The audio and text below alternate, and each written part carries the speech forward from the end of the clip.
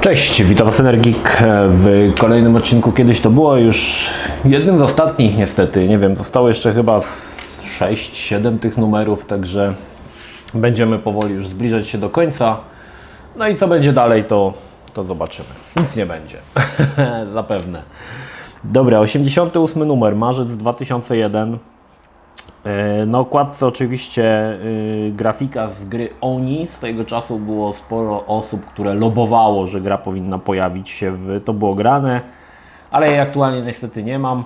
Wiem, że kiedyś odpalałem ją na potrzeby jakiegoś pogadajmy i ta gra strasznie brzydko się zestarzała. Jest taka pusta, w ogóle tam nic w tej grze nie ma, puste ściany, po których biega postać, także brzydko się zestarzało. No dobra. Jedziemy. Reklamy. Coraz więcej tych reklam.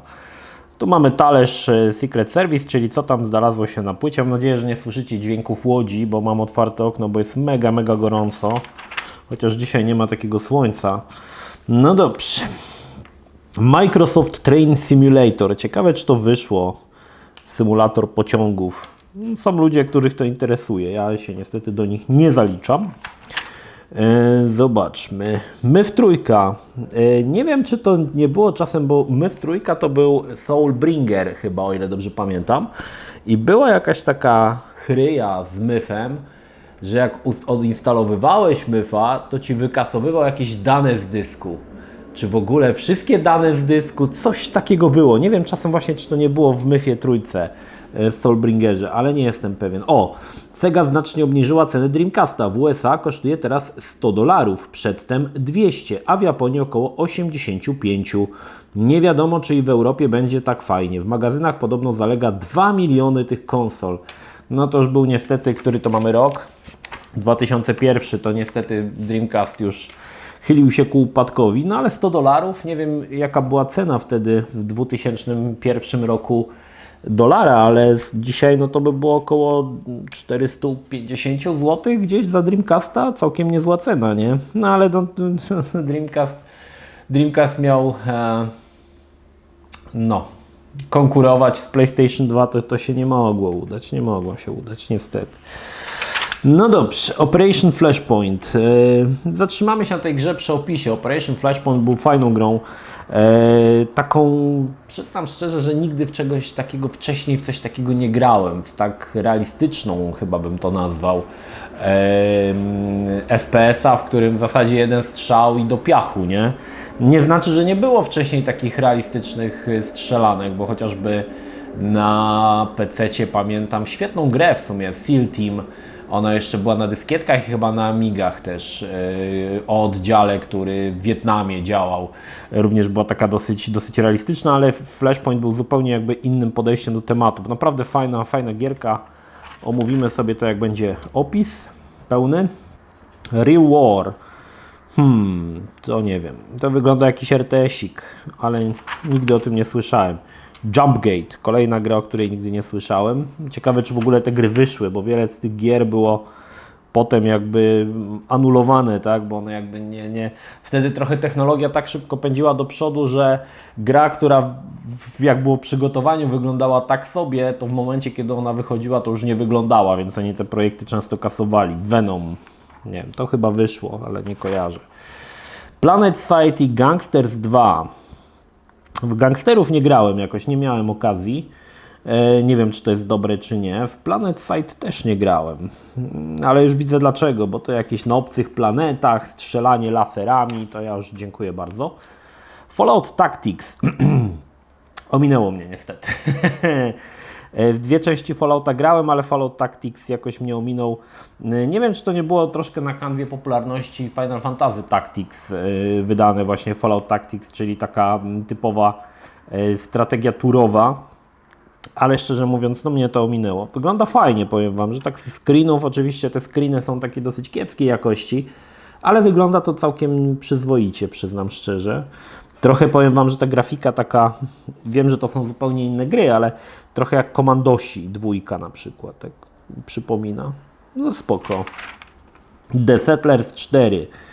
W czwórkę Settlersów chyba już nie grałem. Zatrzymałem się na trzeciej części. ci Settlersi, powiem Wam, że o ile pierwsza część była bardzo spoko, dwójka mi się mega podobała, trójka już mniej i czwórka już jakby trochę bardziej odchodziła, znaczy może nie odchodziła, ale zmieniała się, jakby ewoluowała. Niezbyt mi się to podobało. Najbardziej lubiłem te takie pikselowe, śmieszne ludki małe, które sobie chodziły. Tutaj już mamy jakąś wypasioną grafikę z prerenderowanymi postaciami, dużymi. Trochę już zatracił jakby... Wydaje mi się, że zatracił całą swoją tożsamość, seria zatraciła Settlersów. I to już mi się tak bardzo nie podobało. Widziałem to chyba na jakimś demku Settlers 4 i przyznam szczerze, że no już mnie to nie porwało, nie? Natomiast dwójka, uważam, że dwójka była takim szczytowym osiągnięciem, jeżeli chodzi o markę. No jedynka też była szczytowym, jeżeli chodzi o taką świeżość, tak? No, były wcześniej gry, które sterowało się małymi ludzikami, jak Powermonger, czy Populous, czy Megalomania, ale Settlersi byli tacy naprawdę spoko przemyślaną gierką, nie?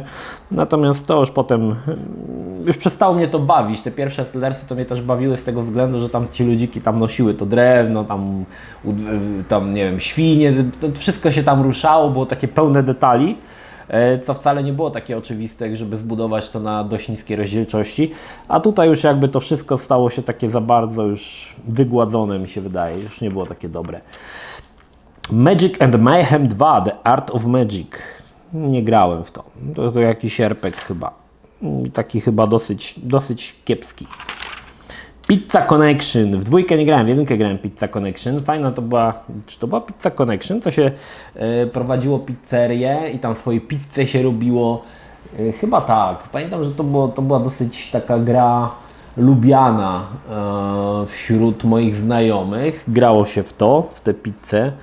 Nawet nie wiedziałem, że wyszła druga część, szczerze mówiąc. No dobra. Samurai Shodown 4, czyli to jest bijatyka z Neo Geo, stworzona przez SNK. Co ciekawe, nawet 2 lata temu, może 3, wyszła jakaś wersja Samurai Shodown na PlayStation 4 chyba i na Xboxa i to już była taka trójwymiarowa bijatyka, aczkolwiek zawsze lubiłem bardzo Samurai Shodown. Nawet bardziej lubiłem potem takiego duchowego spadkobiercę, czyli Last Blade, ale Samurai Shodown był fajną bijatyką, znaczy taką, oczywiście to była bijatyka 2D i to w zasadzie te 2D bijatyki już przegrywały z tymi wszystkimi Tekkenami, z tym całym trójwymiarowym otoczeniem, bo te gry 2D nagle się wydawały takie proste, archaiczne. Wiecie, no tutaj miałeś ile tam tych ciosów, tam no, każda postać miała może z 10, a w takim, nie wiem, Virtua Fighterze postać miała tam, nie wiem, ze 120 różnych ciosów, nie? W dwójce to jakieś były absurdalne liczby, czy tam nawet, no może przesadziłem, z 50 może, także te bijatyki 2D były troszkę już tak jakby w odwrocie. I dzisiaj te bijatyki 2D, one sobie tam gdzieś istnieją, bo tam wychodzi tam, nie wiem, Guilty Gear X na przykład, znaczy Guilty Gear, bo tam X to już nie wiem, czy to jeszcze X, Guilty Gear. Natomiast widać, że ogólnie tematyka bijatyk trochę umarła i mało tych gier już wychodzi. Jeszcze wcześniej jakiś tam był Marvel vs. Capcom wychodziły, ta trójka, czy tam ta wersja Ultimate. Ale to też już była grafika, znaczy gra była niby 2D, ale grafika była trójwymiarowa, podobnie jak Street Fighter 5. Ogólnie te bijatyki 2D są już w takim dość sporym wymarciu i to już raczej rzadko się pojawia. Trochę jak przygodówki. Natomiast ja lubię, do dzisiaj lubię sobie czasami odpalić, nawet podziwiać kunszt grafików SNK. Niektórzy mówią, że to byli mistrzowie drugiego wymiaru, niektórzy mówią, że Capcom był mistrzami drugiego wymiaru. Natomiast no Samurai Shodown spoko tytuł, nie? O, nawet są wszystkie, słuchajcie, te. No, możemy zobaczyć, ile masz ciosów. 3, 4, 5, 6, 7, 8 ciosów masz na postać, tak? 9 ciosów masz na postać. No, szału nie ma. Boże, ile poświęci. O! I tutaj mamy Samurai Shodown 3D właśnie. On wyszedł. Samurai Shodown 3D, tak? Jako to platformę. To chyba na PlayStation 1 wyszło, o ile dobrze pamiętam. Nie jestem do końca przekonany. Ale to bardzo często było tak, że to, co się sprawdzało w 2D, w 3D już niekoniecznie. I King of the Fighters również potknął się na przejściu w 3D, chociaż oczywiście to grafika była 3D, ale prezentacja była tak jak w grach 2D, podobnie jak w Street Fighterze. Na pewno Street Fighterowi się udało przenieść tą feeling gry dwuwymiarowej w trójwymiar. Natomiast tak już się mogłeś poruszać całkowicie po planszy w 360 stopniach, to już chyba nie bardzo to się udawało. Clive Barker Undying. Bardzo fajny horrorek, który grałem dawno temu. Miałem kumpla niejakiego Jabłko, pozdrawiam, jeżeli to oglądasz, który miał w Polsce jedyną stronę poświęconą właśnie Clive'owi Barkerowi. I bardzo często żeśmy się wymieniali filmami z Jabłkiem. Jabłkiem miał dostęp do bardzo dużej maści przeróżnych horrorów, takich naprawdę bardzo rzadkich, na DivXach i żeśmy się wymieniali, nie? Płytami, listownie. Nigdy żeśmy się chyba nie spotkali koniec końców, ale właśnie on jako wielki fan Clive'a Barkera, nawet tam pisałem recenzję dla niego swojego czasu komiksów, książek, czy gier nawet. Właśnie Clive Barker Undying był właśnie jedną z tych gier opartych na twórczości Clive'a Barkera. O ile wiem, pojawiła się jeszcze jedna taka gra, tylko nie pamiętam, jak ona się nazywała. To już było chyba na PlayStation 3 i ona zdobyła bardzo słabe noty. Chyba nawet Bananowy Janek ją kiedyś recenzował. Natomiast ta była bardzo spoko horror. Fajny, przemyślany, z nawet całkiem fajną oprawą, oczywiście na tamte czasy. Dzisiaj to trochę tak może już wygląda słabo, natomiast fajna gierka. Jakbym ją miał, to bym zrobił dla Was to było grane, bo chętnie bym w to zagrał jeszcze raz. No, cena 9/10, tak? A, no właśnie, jeszcze parę słów na temat Clive'a Barkera, co on takiego ciekawego napisał, bo są filmy, które możecie znać. Chyba najbardziej znany to jest Hellraiser, to jest Clive'a Barkera. Wyszło chyba 9 części Hellraisera, o ile dobrze pamiętam, filmu oczywiście. No i na przykład Candyman, tak? Candyman z Tony Toddem. Tony Todd, tak, z Tony Toddem, który też był swojego czasu w latach 90. dosyć popularny, tak? Tu mamy nawet rozpiskę. Znam więcej tych filmów, ale pewnie dla Was mogą one nic nie tłumaczyć. Na przykład Rawhead Rex, to też oglądałem. Także no dużo. No, jedną chyba z najbardziej znanych książek Clive'a Barkera była chyba Księga Krwi, o ile dobrze pamiętam.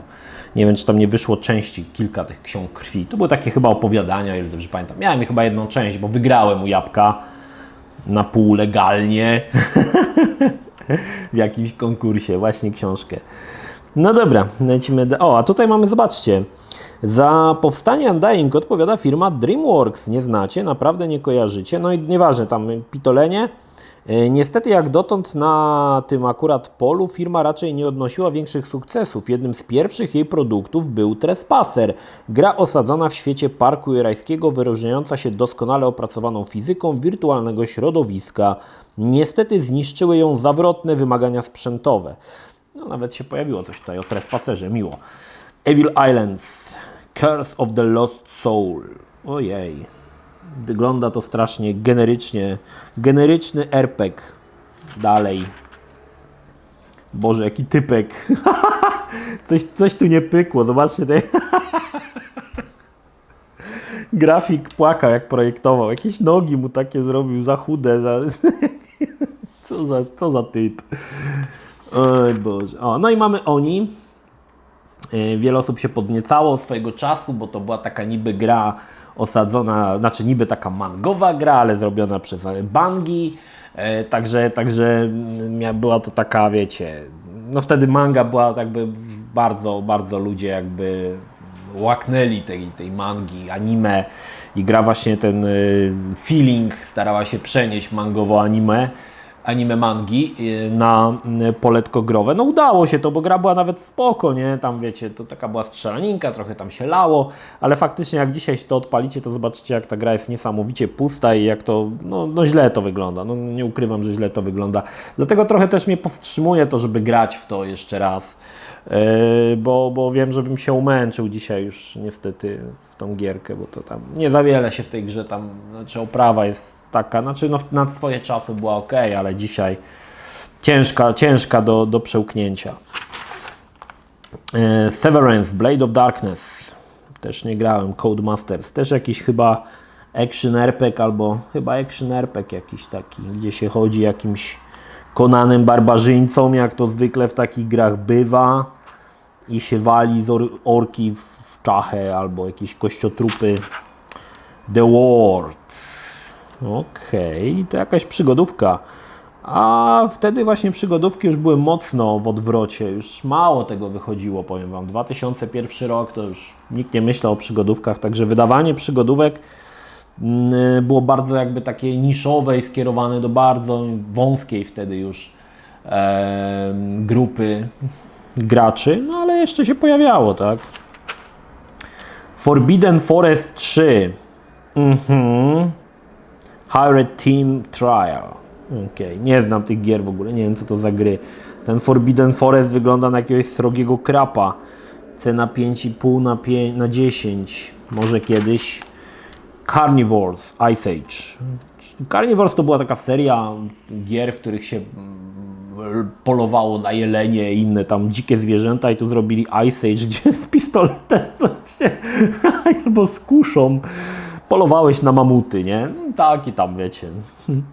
Quake 3 Team Arena.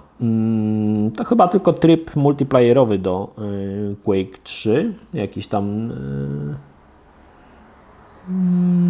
Czy to jest opis całego? No właśnie, to chyba nie. Chyba to jest... Nie wiem. Czy to jest jakiś dodatek, czy co to jest? Chyba dodatek. Ja już te dodatki, Quake 3 to mnie bardzo mało interesowało, bo tam nie było singla, nie? To znaczy można było w singla grać z botami, ale to było tak zabawne, że dupę urywało przy samej szyi. Fargate, Microids, nie znam. Dużo gier tu nie znam. Scooby-Doo, Showdown is in Ghost Town. Okej, nie pominąłem to. Disney Dinosaurs. 3 na 10 ocena, no brzmi srogo. A, bo to jest na podstawie takiej bajki. Była taka bajka faktycznie. Nie pamiętam, oglądałem ją chyba kiedyś, ale zupełnie jej nie pamiętam. O takim dinozaurze niebieskim? Coś takiego? Jakieś takie pierdoły. Ja to ogólnie powiem Wam, że bajki Disneya... Nienawidzę bajek Disneya. A chyba najgorszą bajką, jaką widziałem Disneya, to był Mój brat niedźwiedź. No takiego gniota to ja dawno nie widziałem. Nie lubię bajek Disneya z tego względu, że one są strasznie takie moralizatorskie i takie pitolenie, nie? Bajki, nie wiem, pokroju, nie wiem, tam Ice Age, czy tam innych tych kreskówek z innych firm, one też mają tam ten element moralizatorstwa, ale one są takie z jajem, z pazurem, a bajki Disneya to są tak mdłe, że można się na nie wyżygać. Aladdin, Nasira Revenge. No to Aladdin w 3D. Mówiłem Wam, że bajek Disneya nie lubię. No akurat Aladyna lubiłem, bo Aladdin był właśnie taką bajką z jajem trochę i ten serial był spoko. Nawet nie wiedziałem, że coś takiego wyszło. To trochę wygląda jak Prince of Persia, powiem Wam, ten Aladdin cały. Natomiast no nie grałem w to już. Nawet nie wiedziałem, że coś takiego wyszło. Jakoś... O, Mummy, The Mummy. Swojego czasu był to bardzo taki film, taki popularny, że tak powiem. Co ciekawe, grał tam Mumię. On się chyba nazywał Vincent Waslo? Vincent? Czy nie wiem, czy Vincent. Waslo miał nazwisko. I ten gościu grał w takiej grze, która się nazywała Boiling Point, a która była, można powiedzieć, takim troszkę rip-offem Far Cry'a, czy może Far Cry był rip-offem tejże gry, gdzie było kubańska wyspa, po której mogliśmy poruszać się samochodami, mogliśmy wykonywać zadania poboczne, walczyć. Swojego czasu Boiling Point był mega wymagającą grą, ale niestety grę zabiły potworne bugi.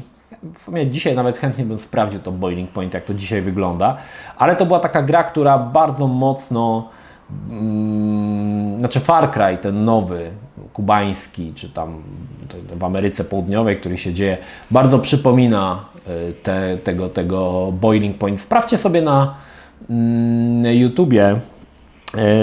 Mówię o tym dlatego, że ten Waslu, który grał w Mumii, tego Imotepa, czy jak on się tam nazywał, właśnie grał w Boiling Point. Natomiast Mumia była sporo. Brendan Fraser jakby wypłynął na tej marce Mumia, nie? Potem były takie srogie krapy, jak ten Scorpion King, takie syfy. Natomiast Mumia była takim trochę powrotem do tego kina nowej przygody, który był tam właśnie Indiana Jones, tego typu rzeczy. W sumie nie wiem, co się stało z Brendanem Fraserem. On tam grał jeszcze w jakichś takich filmach z taką dziewczyną, co była diabłem, to się nazywało Bedazzled, Zakręcony to się nazywało, czy jakoś tak.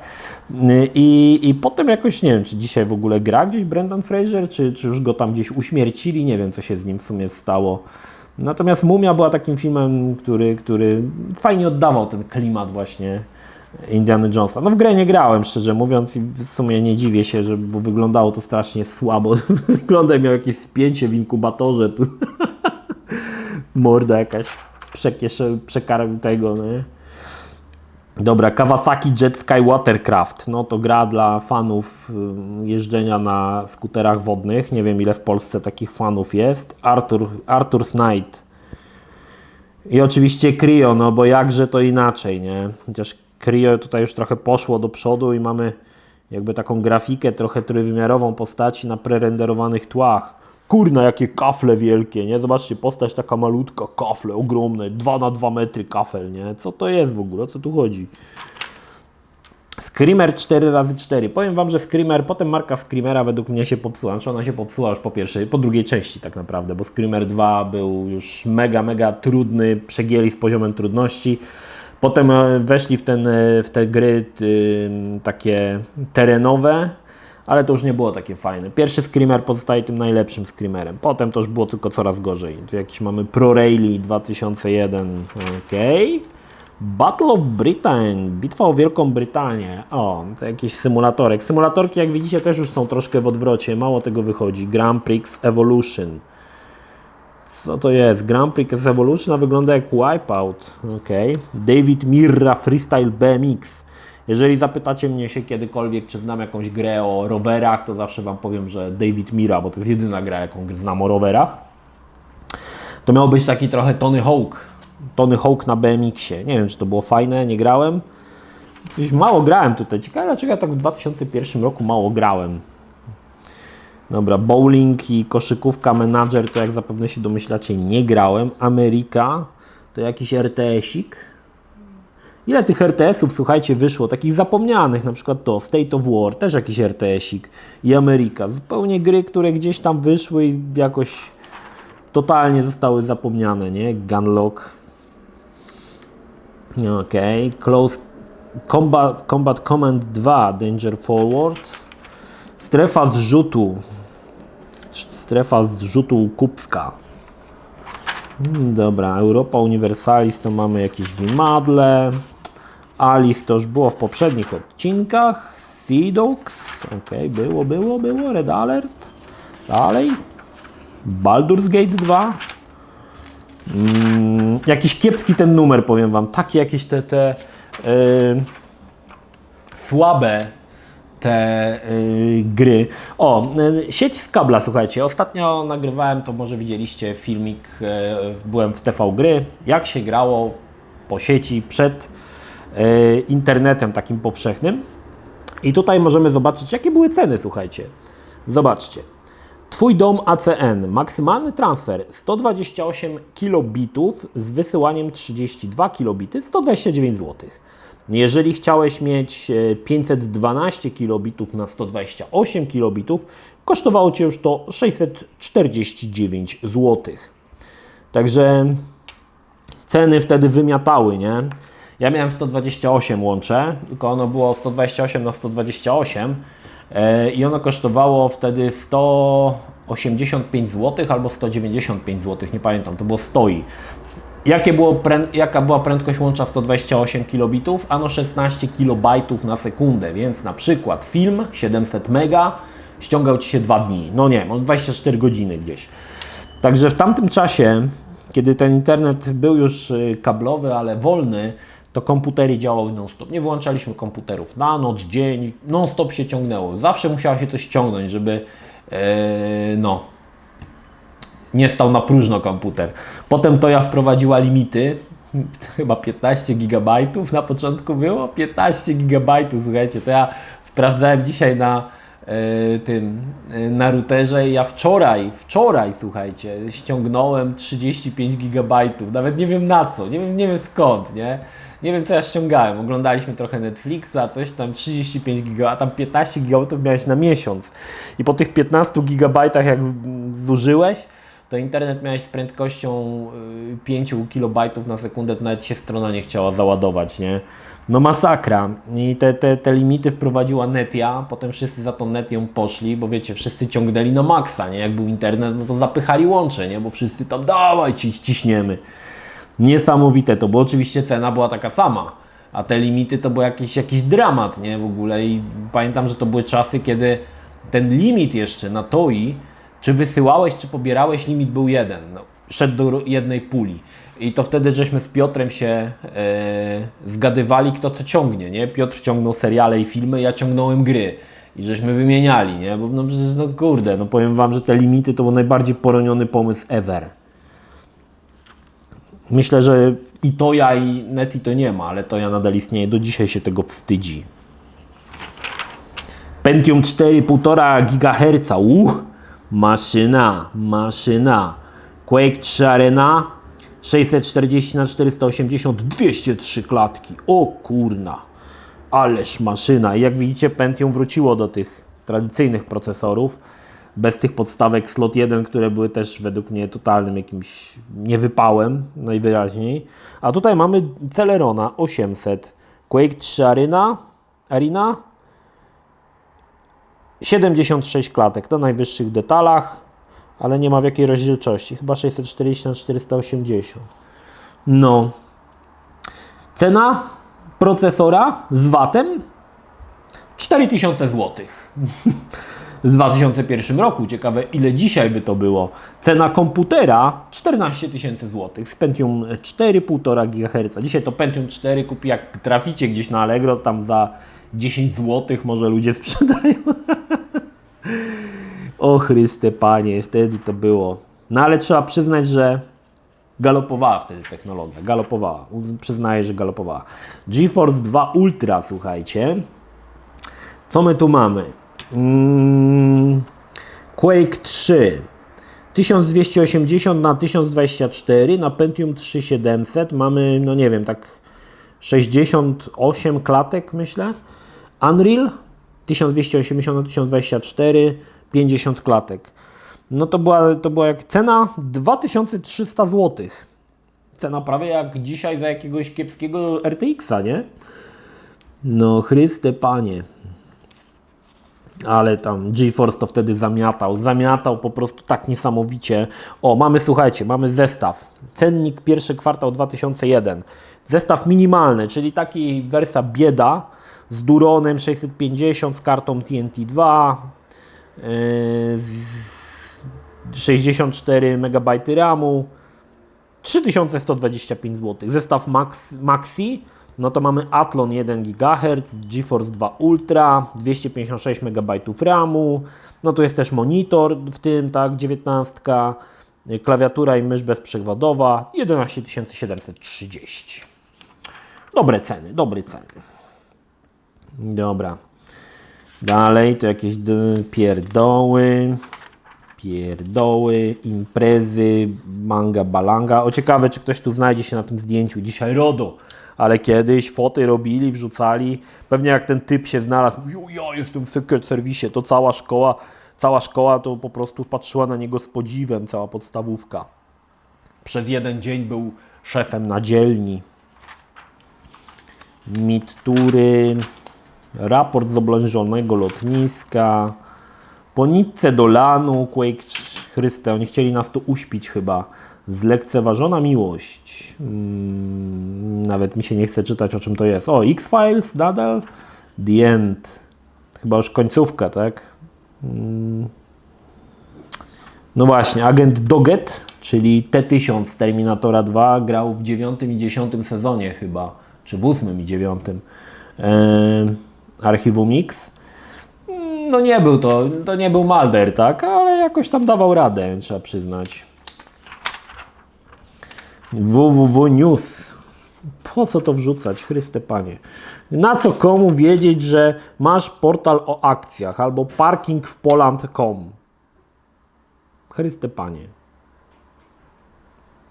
Albo prowajderzy w statystykach. Szukamy Britney Spears. Co? Tylko strata strony na takie pierdoły, nie? O, Torgal. Coś tam o Torgalu, tak, komiksy. Zatrzymałem się, no zobaczmy. Miałem wszystkie miałem Torgale do niewidzialnej, nie, dalej. Do Korony Ogotaja chyba. Giganci chyba już nie czytałem. Ale tak to miałem wszystkie. Torgal to jak chodziłem do podstawówki, to był komiks kultowy, nie? To wydawała wtedy firma, która się nazywa Orbita. I te komiksy, one nie wychodziły wychodziły nieregularnie. Po prostu wchodziłeś do księgarni o nowy Torgal albo gdzieś tam na giełdzie. Ja pamiętam, że mam ten album Strażniczka Kluczy w twardej oprawie i to był jeden album wydany nie przez Orbitę, tylko przez Koronę. Dzisiaj to on chyba kosztuje, nie wiem, $1 miliard i bardzo, bardzo poszukiwany był to album. Pamiętam, że go kupiłem kiedyś na UKS-ie. Na UKS-ie był taki rynek, bazar może bardziej. I tam mieli różne rzeczy. Kiedyś idę, mówię, o kurna, Torgal nowy, nie? I on drogo kosztował wtedy, bo to było w twardej oprawie, takie większe to wydanie. I pamiętam, kupiłem, potem wiele osób mi zazdrościło, bo nigdzie nie można było tego Torgala kupić. Potem chyba tą Strażniczkę Kluczy wydano w tej miękkiej oprawie, już tak wiecie, Egmont na przykład wydał, ale ta pierwsze wydanie wydane przez Koronę, to są jakieś chyba srogie dzisiaj kwoty, żeby zdobyć ten Wampir Legenda. No to mamy wywiad z wampirem, tutaj widzę, tak, jakieś inne filmiki, Dracula. Dobra, nic ciekawego. Otwieramy okna. Dobra, dalej. Czy Manga Balanga jeszcze jest? Jest. Tenchi Muyo in Love 2. Wygląda srogo. Powiem Wam, że każdy z tych screenów tylko mnie zachęcił do tego, żeby sprawdzić Tenchi Muyo in Love 2. Ja tutaj mamy Dragon Balla. Często się pytacie, czy czytałem, czy oglądałem Dragon Balla.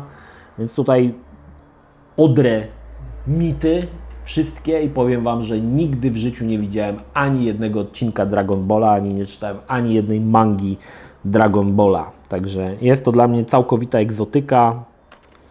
Natomiast to jest chyba, oni zaczęli wydawać komiksy, tak? Dragon Balla chyba. Dobra.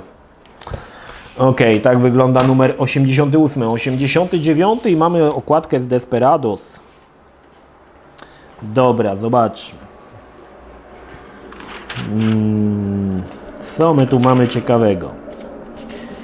Mam nadzieję, że tutaj więcej gier będę grał niż poprzedni numer był strasznie kiepski. Nic ciekawego.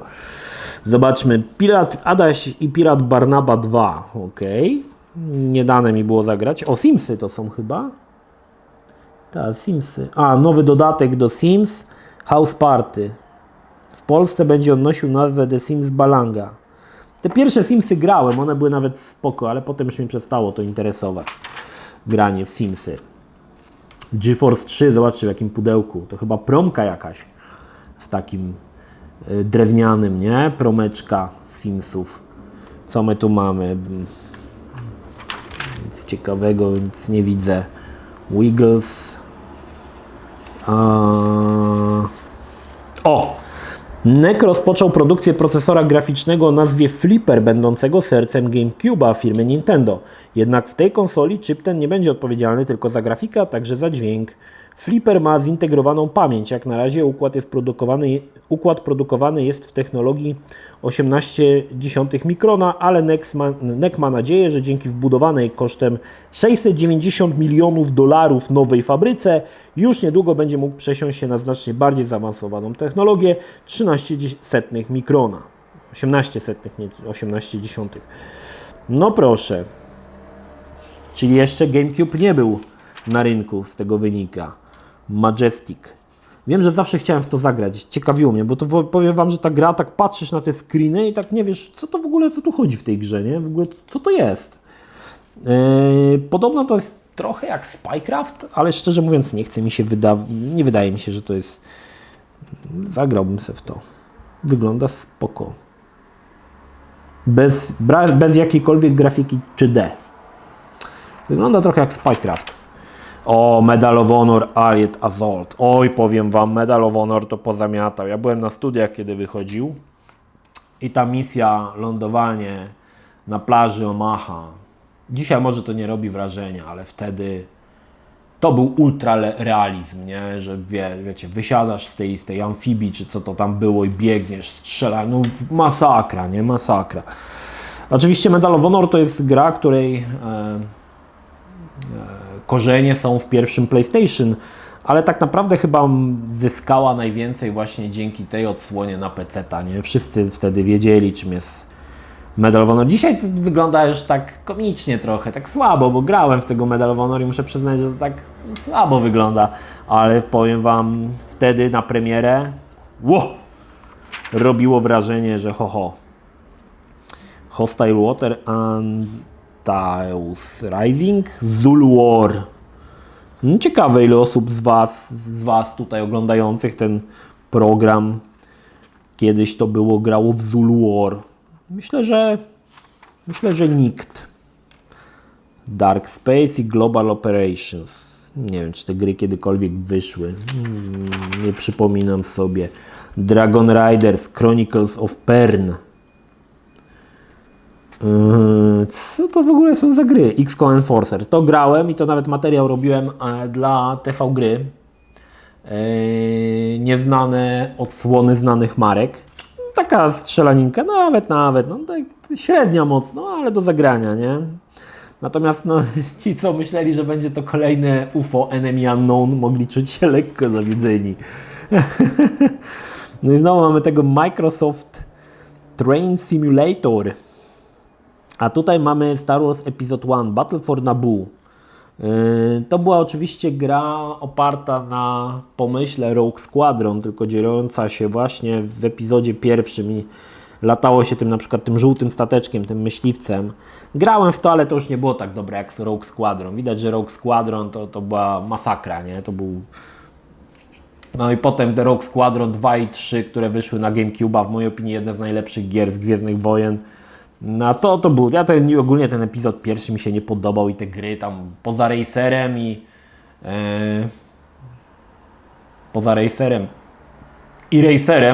to nic dobrego z pierwszego epizodu nie wyszło, same jakieś gnioty. Nawet ten taki, co podążał śladami filmu, ta gra też mi się nie podobała. Resurrection i Outlive. To jest jakiś RTS-ik. Resurrection, ciężko powiedzieć, co to jest. Tutaj koleś, który wygląda na Wolverina, bo ma... To Wolverine jest przecież. Nie wiem, co to za typ. Jakieś randomowe gierki. O, Alone in the Dark 4 New Nightmare niedawno było. W przedostatnim chyba odcinku to było grane Console Edition. Zagrałem dla Was, zrecenzowałem na Dreamcasta. Fajna gierka, nadal trzyma poziom i bardzo fajnie mi się w to grało. Szkoda, że później markę Alone in the Dark postanowiono wrzucić do kibla i wymieszać ze świeżym nawozem i zrobiono syf. Ale ta pierwsza bardzo spoko. Summoner. Tropico niedawno wyszła na Xboxa, dostałem od Koch Media. Chyba 4. część Tropico, czy 5. Trochę to nie jest gra w moim typie, ale może kiedyś sobie do nią zagram. One na konsolach te gry takie ekonomiczno-strategiczne się kiepsko sprawdzają z racji sterowania, ale może i sobie sprawdzę to Tropico. Nawet spoko wygląda. Aliens vs Predator no to jest gra na systemy CPS-2, czyli bijatyka, gdzie chodzimy obcym i predatorem. To nie wyszło nigdzie poza automatami, nie? No, spoko, jako bijatyka bardzo w porządku, a na dole mamy jakieś ich wygłupy, Secret Service, Combat Fighters. O Chryste Panie, jakieś pierdoły, nie? Nawet mi się nie chce tego oglądać. Desperados, Wanted Dead or Alive, pierwsza część grałem swojego czasu, to było coś jak właśnie Commandos, Behind Enemy Line, tylko dziejące się w czasach Dzikiego Zachodu. Mieliśmy właśnie też kilka postaci, które miały różne umiejętności, tak? Fajne to było ogólnie, Desperados. Natomiast powiem Wam, że chyba jednak wolałem Commandos, chociaż bardziej lubię klimat Dzikiego Zachodu. Wydaje mi się, że Desperadosi byli o wiele bardziej, nazwałbym to przemyślani, może tak? Znaczy Commandosi byli bardziej przemyślani od Desperados. Ale Niezły to był tytuł, miło mi się grało, naprawdę miło.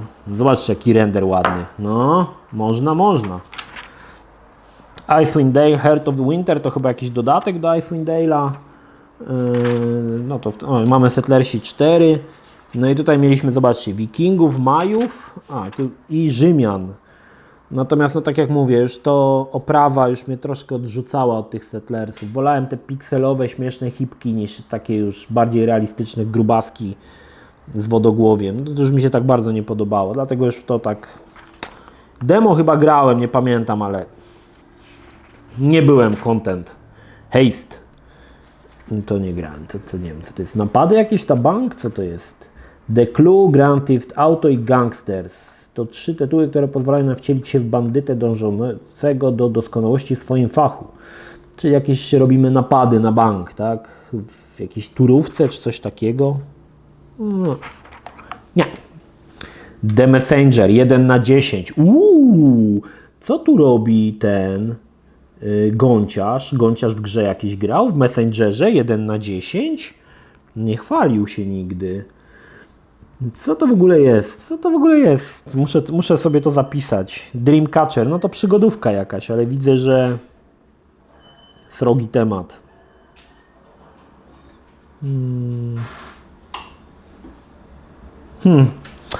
No i Dracula 2 The Last Sanctuary.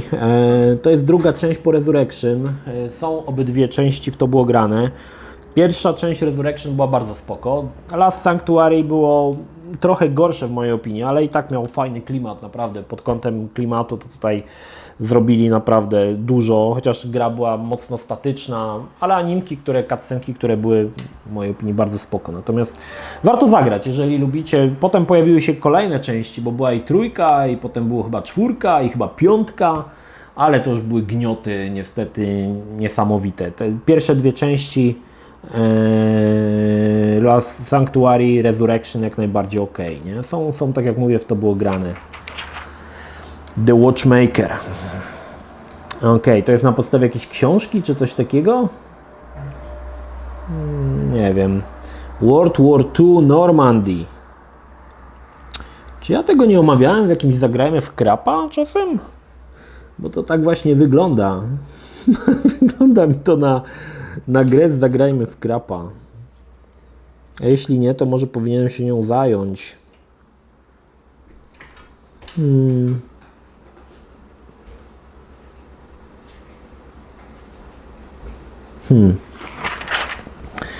X-Plane i Surfighter. Zupełnie nie mam pojęcia, co to za gry. Co to jest w ogóle? Telefony Tycoon. Tycoony to już były tutaj, że telefony. No to już wszystko z tych Tycoonów były. Serafim. Nie wiem, co to w ogóle są za... NASCAR 4, dobra, to nie mój temat. Kawasaki, Fantasy, Motocross. Co tam garami stukasz? Zemsta. Zemsta teściowej. Ducati. Ducati 3/10 i Kawasaki Fantasy Motocross też 3/10. Zapowiada się srogi tytuł. Muszę sobie to zapisywać, te tytuły, bo powiem Wam, że niektóre to na przykład to gdzie to jest? Battle for Normandy, znaczy Normandy World War II, to bym chętnie sprawdził, co to jest, tylko że po nagraniu tego odcinka zapomnę jak ta gra się nazywa. O, Autobahn Racing 2/10. Wygląda srogo. Wygląda srogo. Dobra, tu mamy co? Corporate Machine. O Chryste Panie, gra o robieniu korporacji 4/10. NBA Live 2001. No wtedy jeszcze w tych seriach NBA i FIFA było co ulepszać. Było. Jeszcze ta oprawa była taka se, ale było co nad czym pracować. Hellboy, 1/10. Co ciekawe, zacząłem do Zagrajmy w Krapa kiedyś ogrywać Hellboya. Wcześniej skończyłem go na PC, a wersję, którą ogrywałem chyba na PlayStation 1. I powiem Wam, że no krap okrutny, nie? Tak się jakoś odbiłem od tej gry. Tam nie wiedziałem, w którym momencie to trzeba zrobić i mówię, no nie. I przestałem w to grać, aczkolwiek muszę chyba kiedyś do tego wrócić, bo No i na premierę pamiętam jak grałem, to się tak, skończyłem tą grę, co ciekawe, ale się tak umęczyłem, że to był taki syf. I dzisiaj jak w to grałem, to było tak pomnożone razy 10 tysięcy ten syf, tak może kiedyś do niego wrócę. Ultimate Paintball Challenge, to gra dla Roya. Roy jest wielkim fanem paintballu, natomiast robienie gry komputerowej o paintballu to jest, wiecie, trochę jak zrobienie gry o jedzeniu smacznych rzeczy. Patrzysz jak ktoś je smaczne rzeczy, to jest tak samo, nie? Sama zabawa w paintballu polega na tym, że jesteś fizycznie grasz w to, a nie granie w gry za pierdoły. W ogóle ci, co na to wpadli, to są jakieś oszołomy. Takie gry, żeby wymyślać. Three Kingdoms, Fate of the Dragon. Three Kingdoms to jest seria, która mnie ominęła jakoś. Nie przepadam za takimi grami. Więc dalej. Age of Sail 2 już nie grałem. Worms World Party. No tutaj Team 17 już pocisnął, bo oprawa, która jest World Party, ona później pojawiła się oczywiście pierwszy raz w Worms 2 i potem oni już cały czas cisnęli tą oprawę, wydając kolejne jakby wariacje tych Wormsów, ale widać było, że popularność Wormsów trochę zaczyna przygasać i chyba największą popularnością cieszyła się pierwsza część Wormsów i potem ta dwójka, a potem już te kolejne części to one tam nie za wiele wprowadzały nowego i to było takie se. Bugs Bunny and Taz Time Busters. Wbrew pozorom, nie wiem czy tą grę, o jakąś grę o Bugsie z czasem grałem i skończyłem ją na PC-cie, tylko nie pamiętam, to nie wiem czy nie było Bugs Bunny Lost in Time chyba.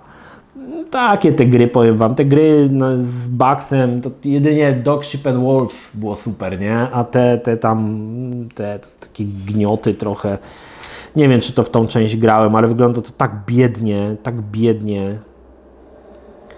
Chyba Lost in Time grałem, w tą nie grałem. Original War i Time of Conflict, jakieś dwa RTS-iki, jakiś człowiek małpa tutaj. Okay. Magic the Gathering, Magic Starter. Powiem wam, że nigdy nie grałem w żadną karciankę. Taką normalną, nie grową, czyli taką fizyczną. Nigdy nie miałem okazji zagrać w jakąkolwiek karciankę, ale to dlatego, że nie lubię. Nie lubię. Theme Park Incorporated to chyba Theme Park World, kolejna odsłona. Pierwszą część Theme Parka wyprodukował Bullfrog i w mojej opinii to była najlepsza część. Potem już zaczęli za bardzo kombinować. W tą grę już nie grałem i widzę, że już nawet nie chciałbym w nią zagrać. Przeniesiono wszystko na 3D. Ta jedynka miała taki fajny klimat, to wszystko było dwuwymiarowe. Ona się pojawiła też na konsolach, bo i na Sega Saturn się pojawiła, chyba na Dreamcastie jakimś, czy tam na Amidze CD32, czy na Frido. Wszędzie ta gra się pojawiła, bo ona naprawdę była spoko. Miała grafikę nadal tylko dwuwymiarową, ale była fajna. Natomiast tutaj już przeniesienie tego w 3D widzę, że bardzo źle to wpłynęło na oprawę. I druga część Theme Park World, którą też grałem, pamiętam, że kupiłem ją na kanwie tego, że mi się podobała część pierwsza i mówię, no to skoro część pierwsza była super, no to druga to będzie Miazgator i ta dwójka już mi się tak nie podobała, że to było Theme Park World się nazywało, a tam to było Theme Park, o. No dobra, co my tu mamy? Jakieś mini gry, Kurka Wodna, Cywilizacja 2, PuzzleStation.pl, dalej Traffic Giant Gold, ok. Pomińmy to milczeniem. Evil Islands. Sieć w bloku. O! No i tutaj mogę wam powiedzieć tyle, że pierwszy internet, który miałem na sztywnym łączu, ten tam 185 czy tam za 190 zł, no to koszty były tak wysokie, że mieliśmy go w trójkę. Mieliśmy zrobione tak, że modem był u Zbyszka, potem kabel był ciągnięty do, się chyba Rafał nazywał, który mieszkał pode mną na 3. piętrze i kabel był jeszcze ciągnięty do mnie, ja mieszkałem na 4. Ten Rafał mieszkał na 3, ja mieszkałem na 4. I w trójkę mieliśmy internet 128 kilobitów, więc wiecie, no akurat tak i Rafał i Zbyszek tak rzadko używali tego internetu, także zazwyczaj ja miałem pełną jakby przepustowość całe 16 kilobajtów na sekundę, ale już potem w tych czasach, kiedy był limit, to już miałem swój własny internet. Bo potem Zbyszek się chyba wyprowadził, czy tam z dziewczyną gdzieś indziej zamieszkał i powiedział, że rezygnuje z tego internetu. Potem z tym Rafałem miałem jeszcze chyba przez chwilę tylko w dwójkę, a potem już samemu, nie? Ale no były takie czasy, były. Najlepiej było to, że te modemy TOI się czasami zapychały, więc odpalasz kompa i nie ma internetu. Już kurna to jest, nie? Idziesz do Zbyla, u którego stał modem, a Zbyla nie ma, bo wyjechał na weekend. No i nie miałeś internetu przez weekend, nie? To było, pamiętam, wkurzające strasznie, nie? Musiałeś zejść z Zbylu, ja zaraz tam, jak w Zbylu był, to szedł tam, przywalił piąchą, wyłączył, włączył, działa. Ale jak na przykład go nie było, wakacje to był dramat, nie? Na przykład internet ci padł, a Zbylu na 2 tygodnie na wakacje wyjechał. Nie pamiętam takiej sytuacji, ale także weekendy na przykład gdzieś goś nie było i internetu nie było, no to pamiętam. To były czarne dni wtedy. 2 dni stracone bez ściągania. No dobra, co my tutaj mamy? Pamięci DDR. Aktualnie zapowiedziano już DDR5.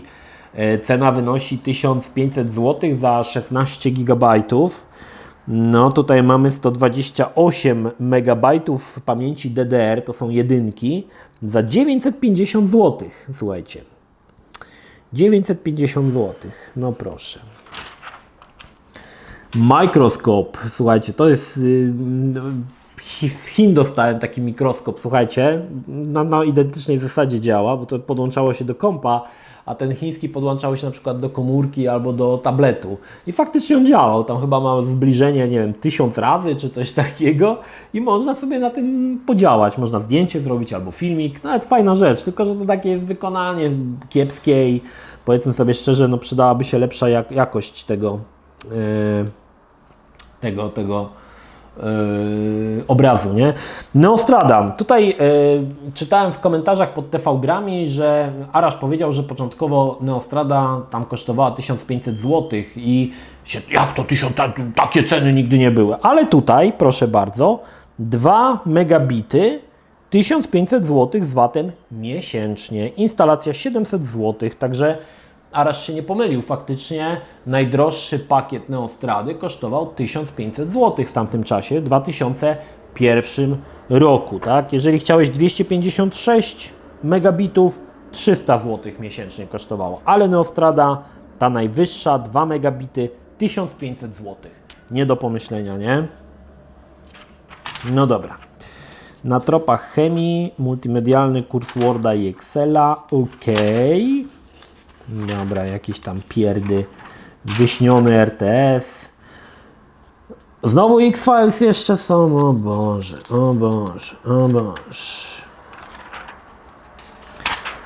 Powiem Wam, ewolucja, znaczy ta publicystyka w Secret Service to usypiała, nie? Usypiała. Frag ewolucja. To gra FPS, dobra. Vampir Maskarada to gra taka RPG. Tipsy, triki, newsy. Jak to z internetem było? O, to Arash mógł sobie stąd wziąć. Może czytał właśnie to. Może wziął właśnie z tego Secret Service'u te wszystkie informacje. To jest bardzo prawdopodobne. Vampir Legenda, Chryste Panie. Chirality, The Promised Land. Wow. Z cyckami jakaś manga. Nie. Dalej. No i 90. numer ostatni. Chyba będzie ten odcinek rekordowo długi. Co my tutaj mamy? Już widzę, że będzie jeden fajny tytuł. Na talerzu to pomijamy. Z nowości. Independence War 2. Patrzę tutaj tak pobieżnie o technologiach nowych, czyli jakichś tam procesorkach. To jest też ciekawe. Dobra, co my tu dalej mamy? Torn, Litwood, jakieś nieznane mi w ogóle tytuły. Unreal 2 w przygotowaniu, The Awakening. Powiem Wam, że szczerze Wam powiem, że pierwszy Unreal miał taki ten efekt wow, kiedy odpalałeś, widziałeś tą grafikę, ale pod kątem rozgrywki druga część Unreal'a mi się bardziej podobała i miałem okazję ostatnio zagrać sobie, bo wyszła też Unreal 2, wyszła też na pierwszego Xboxa i w ramach też tak zobaczenia, czy będę robił z tego materiał, to było grane, trochę w tego Unreal'a pograłem, muszę przyznać, że faktycznie ta druga część Unreal'a o wiele lepsza. Ta pierwsza była taka, ona olśniewała grafiką, ale sama mechanika, rozgrywka była taka nudna i taka jakaś bez polotu. Natomiast w drugiej części faktycznie poprawiono dużo i ta gra była o wiele bardziej, w mojej opinii, zjadliwa. No, Final Fantasy IX. Final Fantasy IX nigdy na PC-ta nie wyszło, więc to jest chyba w przygotowaniu na PlayStation. Powiem Wam tak, pamiętam, że gdy grałem w 7, z tych wszystkich części Final Fantasy, od części 7 aż do 15, pomijając wszystkie części multiplayerowe, to 7 podobała mi się zawsze najmniej. No, remake mi się już podobał, oczywiście, remake spoko, ale ta 7 klasyczna, która wyszła na pierwsze PlayStation, podobała mi się najmniej. I potem grałem w 8, która mi się bardzo podobała i muszę przyznać, że 8 stawiam nad 7. I potem wyszła 9. W 9 można było zagrać tylko na emulatorze PlayStation i pamiętam, że ją skończyłem. Denerwowała mnie ta infantylna oprawa tych wszystkich, bo to tak się działo, nie wiem, w jakimś kraju hobbitów, bo te wszystkie postacie były jakieś takie karykaturalne, małe. Natomiast muszę przyznać, że grało się w to nieźle, aczkolwiek 9 jest drugą po 7 moją najmniej ulubioną częścią Final Fantasy. Nawet powiem Wam, że 13 Lightning Returns, czyli ta część, gdzie grało się tak naprawdę na czas, wydawała mi się lepsza niż 9 i 7. Jakoś mnie odrzuciła ta oprawa, ale nie tak dawno, gdy robiłem materiał do SSC, pozwoliłem sobie odpalić Final Fantasy, czy nawet na streamie graliśmy w Final Fantasy 9 i muszę przyznać, że o wiele bardziej mnie to wciągnęło na początku i muszę przyznać, że chyba wrócę do Final Fantasy 9, zagram w nią jeszcze raz i zrobię materiał dla Was z niej, bo przyznam, że gdy teraz zagrałem, o wiele bardziej mi się podobało niż grałem na premierę. No dobra, Dungeon Siege, nie wiem. Jekyll and Hyde. Nie wiem, czy to nie jest gra robiona przez tych, no tak, co American McGee Alice. Nie wiem, czy to wyszło koniec końców. To dużo tych gier niestety gdzieś tam umierało. Diablo 2 Lord of Destruction to dodatek. Myth 3, Myth 3 to było The Wolf Age, a nie Soulbringer. To druga część Mytha była Soulbringer. Szkoda, bo tutaj już przeniesiono wszystko w 3D. Pierwsza część Mytha miała fajny klimat, bo postacie były dwuwymiarowe, a tła były trójwymiarowe. I to fajnie ze sobą współgrało. Gra była mega też krwawa. Kogo interesuje, w to było grane, możecie obejrzeć Myth The Fallen Lords. I fajne były cutscenki, bo cutscenki to było dosyć niespotykane w tamtym czasach, były całkowicie rysunkowe. Bardzo spoko. Soul Blighter, Myth 2 Soul Blighter to się nazywało. Nie wiem, bo nie grałem tak naprawdę, a chyba ten Wolf Age to był właśnie ta gra, która usuwała jakieś ważne dane z dysku, jak odinstalowywałeś ją, coś takiego było. No dobra, zobaczmy dalej. Freedom Force, to wygląda trochę jak jakieś gry Marvela. Okej. O, Metal Gear Solid 2, Sons of Liberty. No, to chyba konwersja. Czy to jest na PlayStation 2 zapowiedź? Wydaje mi się, że to jest zapowiedź na PlayStation 2, bo na PC-cie no to trochę tam minęło, zanim się pojawiła ale słyszycie, jak walą tymi śmieciarą. Powiem Wam, że na PC-cie Metal Gear Solid 2 był no taki se. Nie chodzi o grafikę, bo grafika i animacja nadal była piękna, ale ciężko się w to grało. No, jeżeli grało się to na klawiaturze, to było to bardzo ciężkie do grania, także... Catan Gore, The Ultimate Soldier, bitch. Wow, jakieś grubasy i krew. To brzmi dobrze. Nie grałem. Eurofighter Typhoon, Warbird 3, dobra. Myst 3 Exile. Nie grałem. Pierwszą część Mysta grałem, potem już wydawało mi się, że ten Myst zaczyna zamulać i ale tam walą, no i po prostu nie wierzę. Evil Twin, Cyprian Chronicles. Grałem w jakieś demo tego, ale w pełną wersję nie grałem. Dalej. Anarchy Online. Jak się domyślacie, jeżeli jest nazwa online w tytule, to na pewno w tą grę nie grałem. Virtua Fighter 4. Czwarta część Virtua Fightera była chyba w którejś części Yakuzy. Pełna wersja Virtua Fightera na automatach można było w Yakuzie zagrać. Ja bardzo lubiłem swojego czasu Virtua Fighter z tego względu, że gdy rozpoczęła się ta mania tych bijatyk 3D, mam tu na myśli Tekkena, to na PC-cie wyszła Virtua Fighter 1, 2 i to Shinden. I Virtua Fightera tak naprawdę grałem dużo, bo to była jedna z niewielu bijatyk 3D. Był jeszcze FX Fighter, o którym lepiej zapomnieć. I Virtua Fightera zawsze bardzo doceniałem, jeżeli chodzi o bijatykę. Ostatnia część to chyba piąta wyszła Virtua Fightera i ona również w wersji arcade Virtua Fighter 5 Showdown chyba to się nazywało. Również w wersji arcade była w ostatniej chyba Yakuzie dodana jako cała wersja, natomiast fajnie było patrzeć, jak ewoluowały te bijatyki, bo wiecie, Tekken no to Tekken, ale Virtua Fighter, jak patrzyłeś na tą oprawę, nie, że to jakaś wyspa tropikalna, że to, no to wyglądało mega fajnie. Na dole mamy Killer Instinct. Killer Instinct był również oryginalnie pojawił się na systemy, teraz nie pamiętam jakie, kurczę, na systemy arcade'owe i potem tą grę przerzucono na jakieś konsole, ale szczerze mówiąc nie pamiętam. Natomiast dwie części Killer Instincta były na systemach arcade'owych i to były swojego czasu jedne z największych ROMów, jakie mogłeś ściągnąć z internetu, bo o ile dobrze pamiętam, pierwsza część, o tu nawet jest, no, wpakowany ROM zajmuje przeszło 100 mega, tak jak mówiłem, no. Pierwsza część zajmowała 100 mega, dwójka zajmowała jeszcze więcej. Killer Instinct był dosyć ciekawą bijatyką, bo była to bijatyka, której wykorzystano prerenderowane postacie, ale była to bijatyka oczywiście dwuwymiarowa. I ludziom jakoś to się strasznie spodobało, nie wiem dlaczego. Szczerze mówiąc, grałem w to Killer Instinct, ale nie potrafiłem znaleźć tego pierwiastka fajności, który się ludziom to tak strasznie podobało, nie?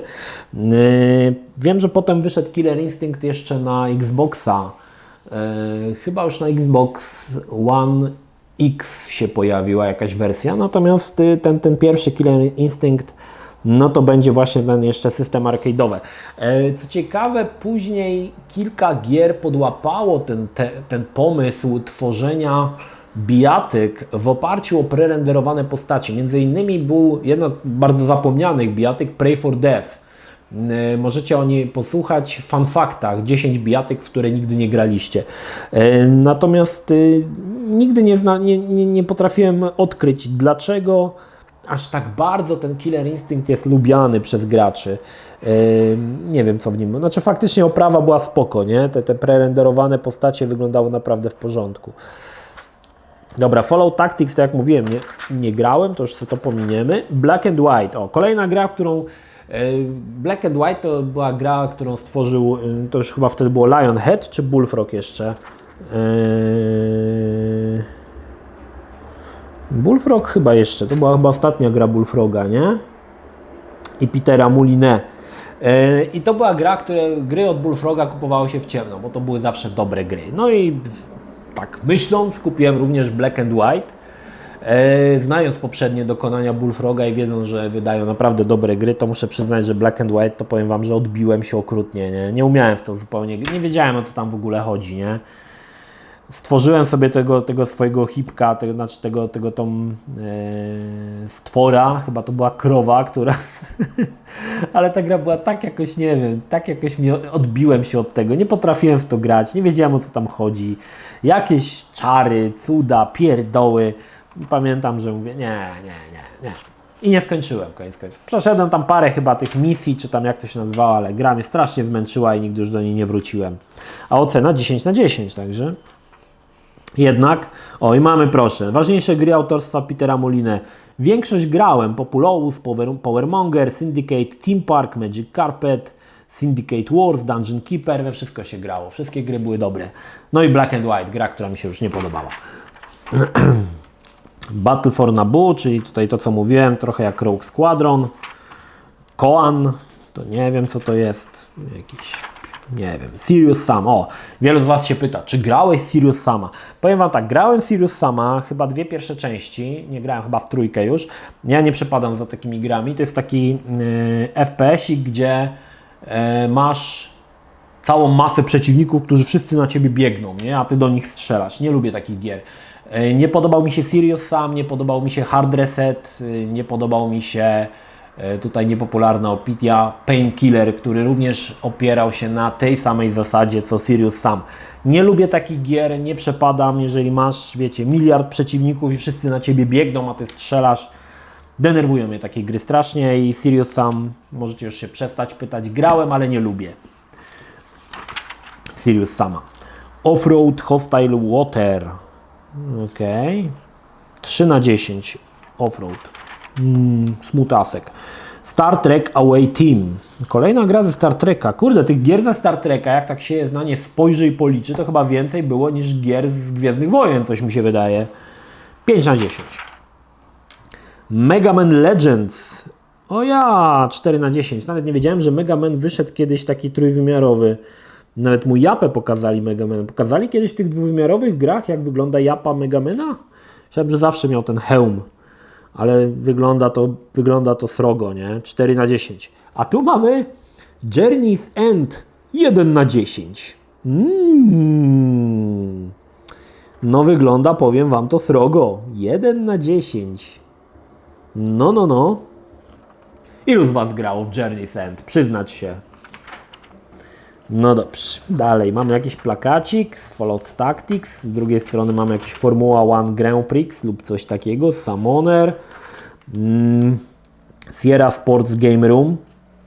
Sierra już jak w momencie, kiedy odeszło od gier przygodowych, to już się nie mogło odnaleźć. Oni jeszcze tam wydali kilka dobrych tytułów faktycznie, ale te gry, które oni produkowali po odejściu od gier przygodowych, to czasami to po prostu aż serce krwawiło, na przykład to Game Room, Sierra Sports. No i po co to? Po co takie coś wydawać? Deluxe Sky Jump. Wielu pewnie grało w Małysza. Ja Wam powiem, że w Małysza grałem może z raz. Gry w skoki narciarskie nie były moim ulubionym tematem. Nie wiem, czy w tą grałem, czy w tą pierwszą część.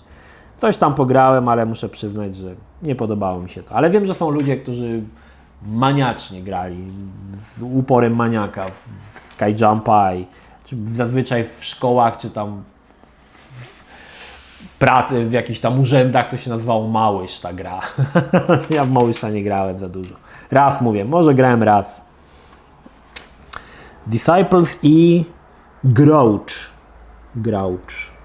Grouch to jakaś taka, widzę, action RPG może trochę, albo taki troszkę slasher / RPG z taką jajcarską grafiką. Nawet wygląda to w porządku. Dalej.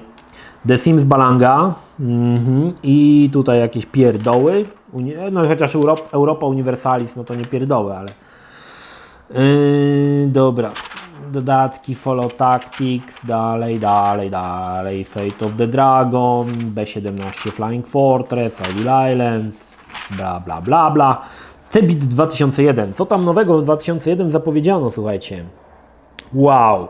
Mający się pojawić jesienią Ericsson T68M wyposażono w kolorowy wyświetlacz, GPS, Bluetooth oraz wiadomości multimedialne. Czy można chcieć czegoś więcej? Nokia tradycyjnie dzierży pałeczkę lidera w dziedzinie sprzedaży, jednak jej nowe modele telefonów raczej nie zachwycały. Znaczy mówimy tutaj o Nokii, 3 modele przedstawiła, 3330, 6310 i 83. To jest 3310 chyba, to taką miałem. Natomiast tutaj ten kolorowy wyświetlacz, o Chryste Panie, nie wiem ile tam kolorów, 16? Wow, ależ srogi temat. UPS, QuickCam Pro, dobra, te kamerki, powiem Wam, z tamtych czasów to było straszny syf. PC, DVD and Core. To jest coś, o czym mówiłem już wielokrotnie, wiele osób mi nie wierzyło, nawet mówili, że tak nie mogło być. I to jest właśnie DVD z dedykowaną kartą, która miała dekoder wideo MPEG-2. Same DVD mogłeś sobie podłączyć do komputera, ale procesory były za słabe, żeby w czasie rzeczywistym dekodować na przykład film i można było go płynnie oglądać. Wiem, bo sam tak miałem i próbowałem jakieś Matrixa oglądać i było, nie wiem, 7 klatek na sekundę. Dlatego kupowało się specjalne karty, które dekodowały obraz MPG-2 i zapewniały to płynne tam 30 klatek na sekundę, nie? Były też gry, co ciekawe, które wychodziły na płytach DVD, ale wymagały właśnie tego akceleratora. Między innymi Tex Murphy Overseer i wersja DVD Wing Commandera 4. One mogłeś odpalić normalnie, ale w wersji na DVD musiałeś mieć ten akcelerator, bez tego po prostu gra się nie odpalała. Ciekawostka. Potem oczywiście procesory były już coraz mocniejsze, już sobie radziły z DVD, nie? Ale tutaj jak widzicie jest ta karta, cały zestaw kosztował 900 zł. No. I tu mamy napisane. Jeśli czekajcie, to nie. Czy coś o tej karcie chciałem przeczytać?